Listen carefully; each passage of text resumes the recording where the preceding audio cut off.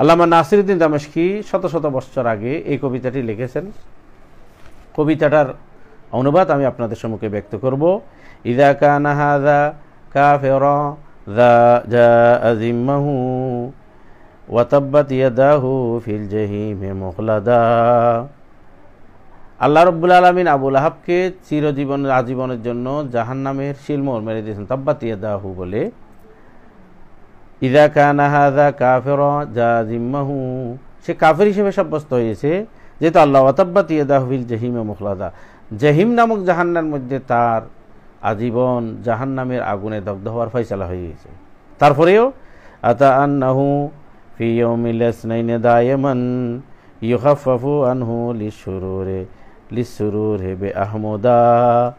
আতা আন্নাহু ফি ইয়াউমিল ইসনাইনি দায়মান, প্রতি সোমবার যখন আসে যার ব্যাপারে জাহান্নামের ফয়সালা নির্ধারিত হয়ে গেছে তাব্বাত ইয়াদা বলে।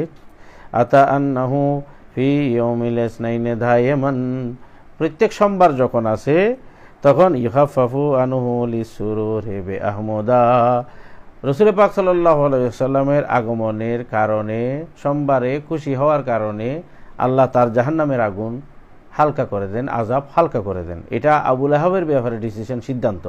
এখন আমাদের ব্যাপারে কি সিদ্ধান্ত হবে? যারা আমরা রাসূল পাক সাল্লাল্লাহু আলাইহি ওয়াসাল্লামের আগমনের কারণে খুশি হই, আনন্দিত হই, বিভিন্ন ইবাদত বন্দেগীতে মানুষদেরকে লিপ্ত করি, নিজেরাও ইবাদত বন্দেগীর মধ্যে লিপ্ত হই। ওমাজ্জান্ন বিল আবদিল্লাযী তোলা উমরাহু বিআহমদা মাসরুরান মাতা মুওয়াহিদা। শায়ের আল্লামা নাসিরউদ্দিন দামেশকি বলতেছেন, ওমাজ্জান্ন বিল আবদিল্লাযী তোলা উমরাহু, যে মানুষ যে আজীবন তার হায়াতটা আল্লাহর ওয়াহদানিয়ত, আল্লাহর ইবাদতের মধ্যে ব্যয় করেছেন, সে যদি আল্লাহ রসুলের বেলাদত শরীফের কারণে, আগমনের কারণে খুশি হয়, বিআহমদা মাসরুরান মাতা মুওয়াহিদা, তার ব্যাপারে আপনি কি ধারণা করবেন?